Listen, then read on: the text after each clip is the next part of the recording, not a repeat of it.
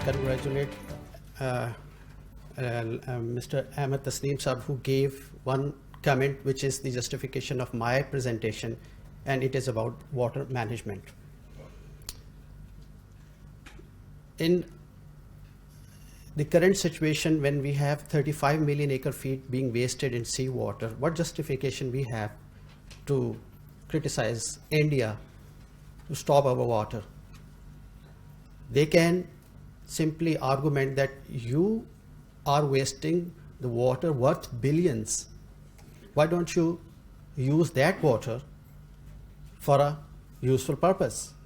So in the situation when we are vulnerable to climate change, considering the fact that we are 5th most populous nation in the world, the vulnerability of Pakistan is many times has increased over the last many years.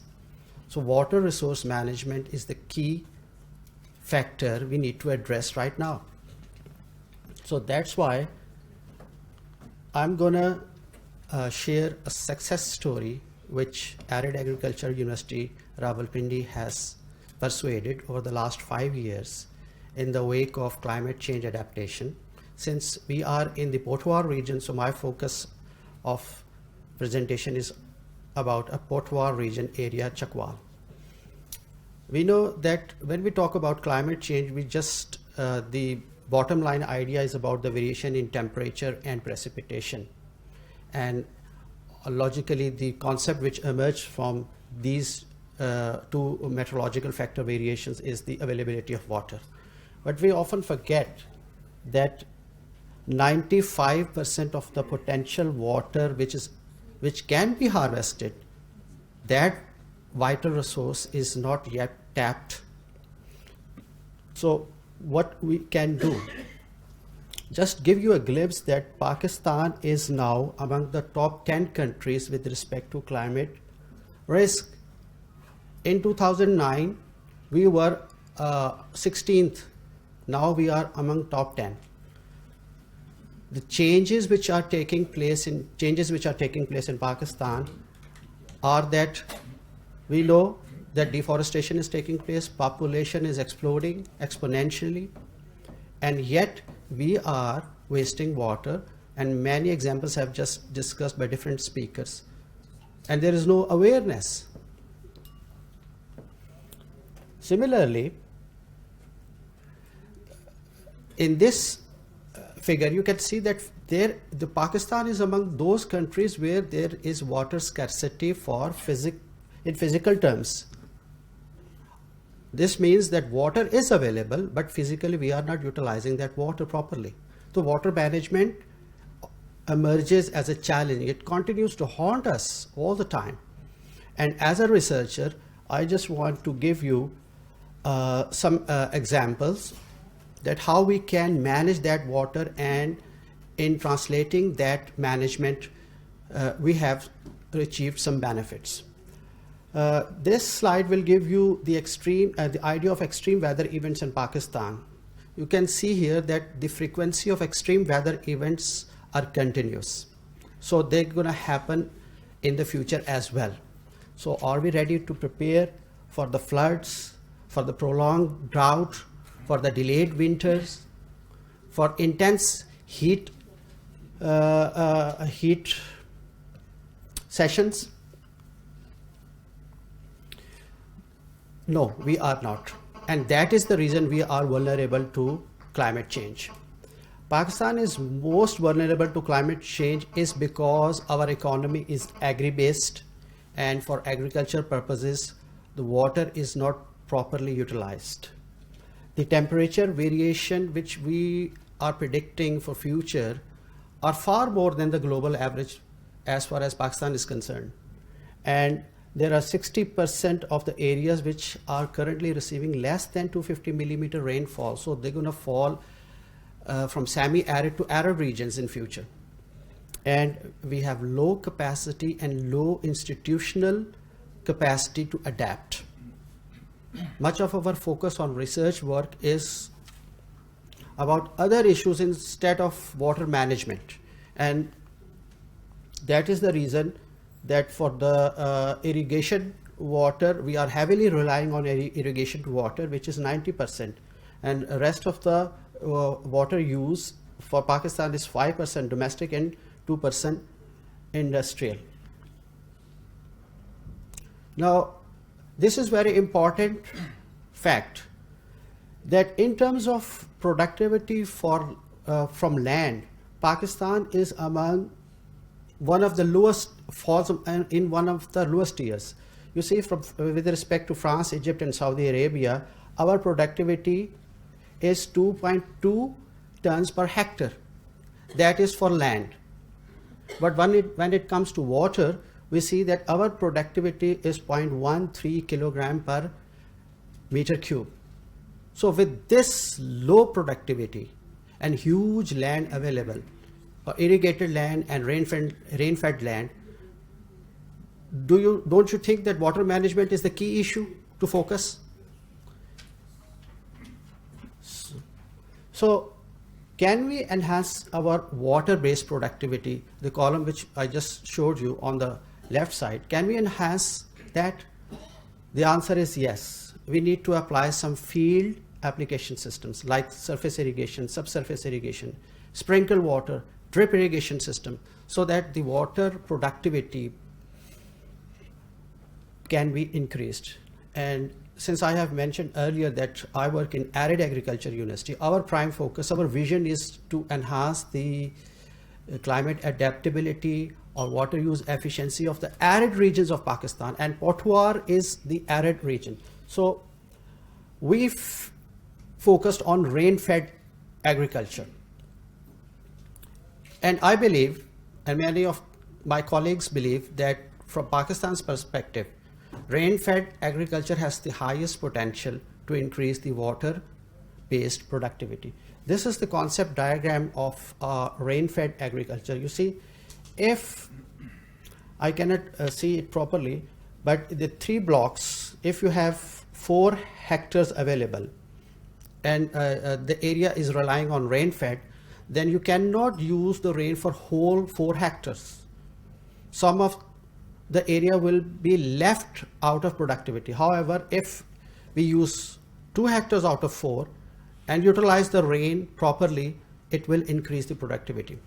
And if more rational approach is adapted, 3 hectares are left and 1 hectare is focused for proper rain-fed agriculture, then the productivity can be enhanced many times. So the idea or the concept behind using rainwater is see how much land you have and how rationally you can use that rainwater, harvest that rainwater and increase the productivity of that area. And obviously these are the benefits of the proper utilization of rainwater or rain harvest, and that can enhance the livelihood of those people who are directly connected with water-based living. For instance, the people living in the Potwar region of Pakistan, who are totally relying on their agricultural productivity for their livelihoods, and rain is the lifeline for their survival.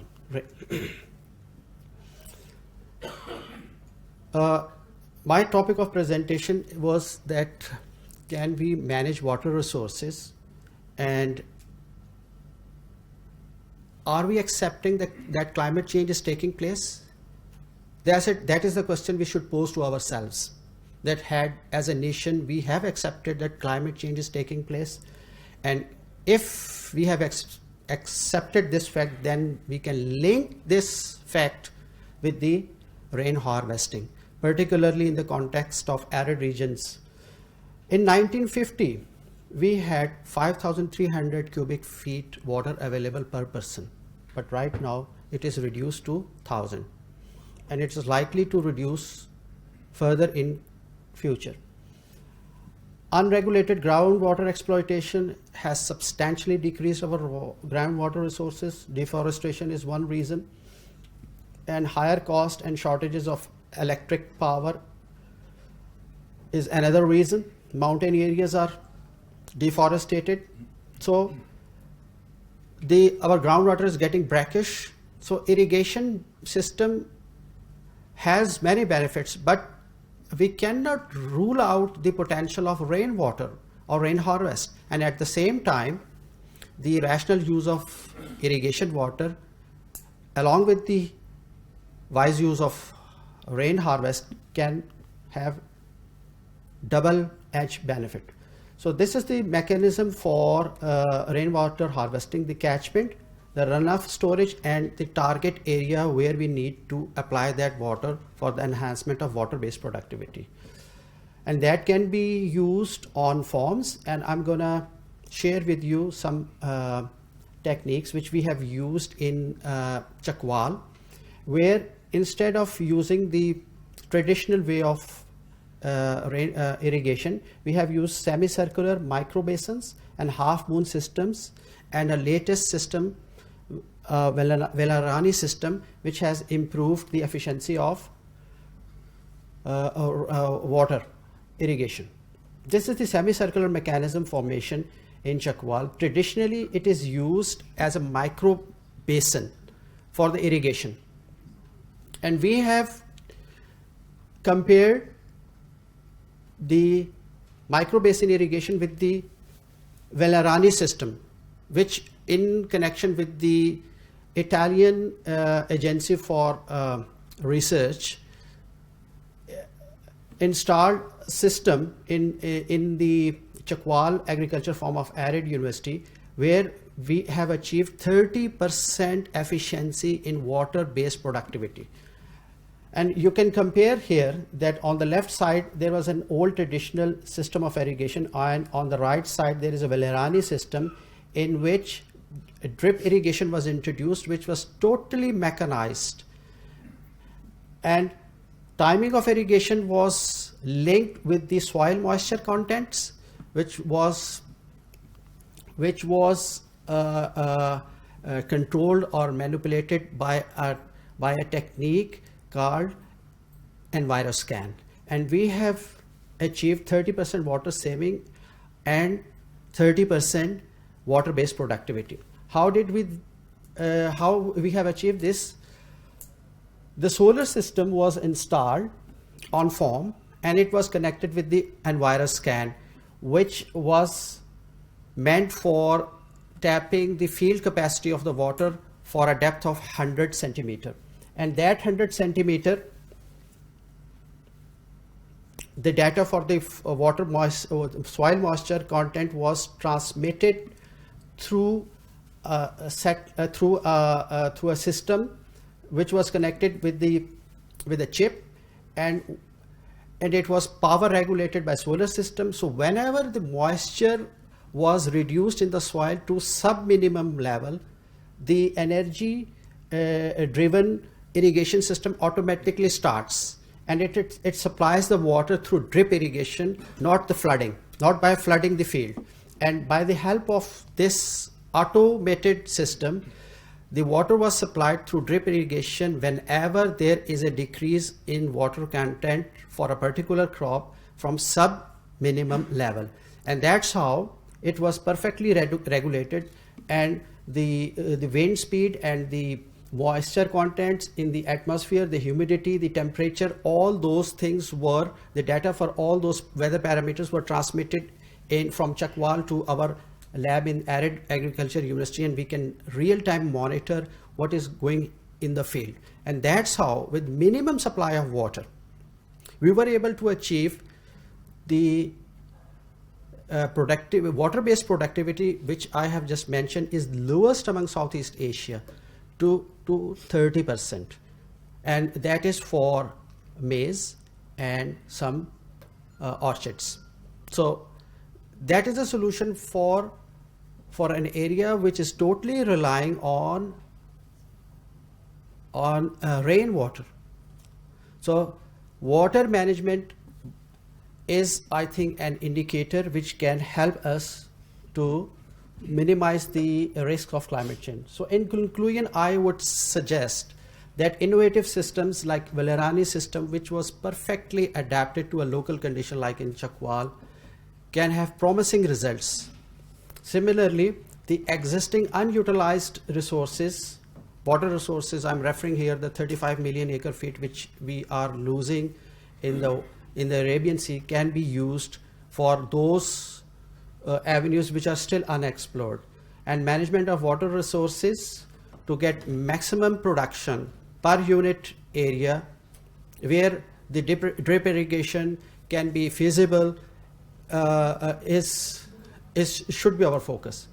And improving the institutional setup for better governance and better water resource institution and infrastructure should be our aim. So in the end, I would say that water experts, we need water experts, but Pakistan is divided in different pockets where the land which is not used for agricultural productivity is divided.